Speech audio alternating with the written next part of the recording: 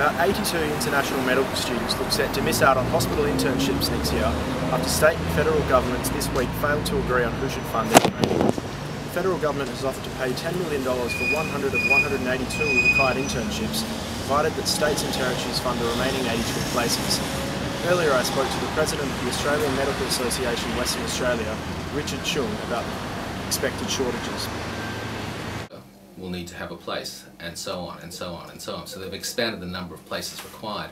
So the government should have put up more money and should have used more foresight to see how they could accommodate the increasing numbers of med students rather than use a very knee-jerk reaction just to satisfy an immediate demand, which is essential, let me just say, but immediate demand with no real consideration to forward planning. Okay, and Federal Health Minister Tanya Plibersek described the approach taken by state jurisdictions as short-sighted. Do you agree with this assessment? Well, I think that it's all part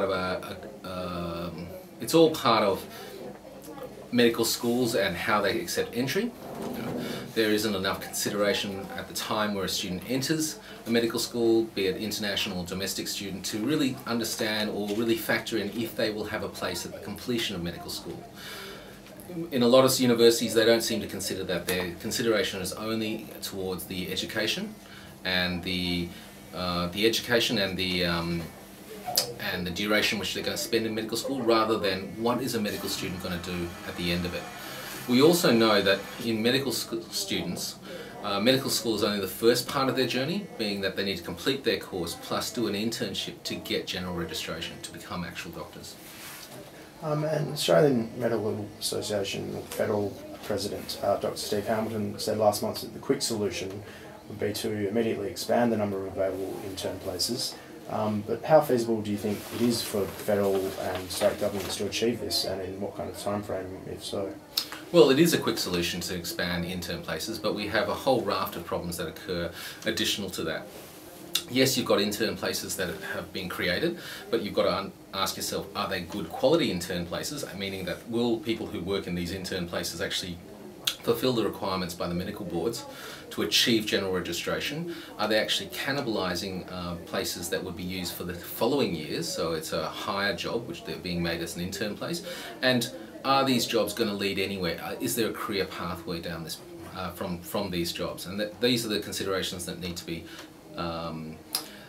carefully thought out, and we need to plan for it, because the intern numbers are not going to fall away, the medical student numbers are not going to fall away, they're going to continue to rise, and we're still going to have to deal with this. Okay. And if a national solution is not agreed upon in the near future, could the potential shortage of internships jeopardise the credibility of Australian medical degrees? It will never affect the credibility of the degree itself, nor the training that the doctors receive or the young doctors and medical students receive, but it will make people who are an international graduate stop and reconsider whether Australia is a place where they wish to study medicine. But I think the actual degree and the quality of the education, no, it's not going to affect that. And how does the situation in Western Australia differ to that of other states? Well, we enjoy here in WA the complete employment of all the WA graduates. The State Minister, Dr. Hames, has assured us that they will get complete coverage and we'll get complete employment of all the interns. And actually he's extended that to say that those WA residents that wish to return back to Western Australia will also get employed.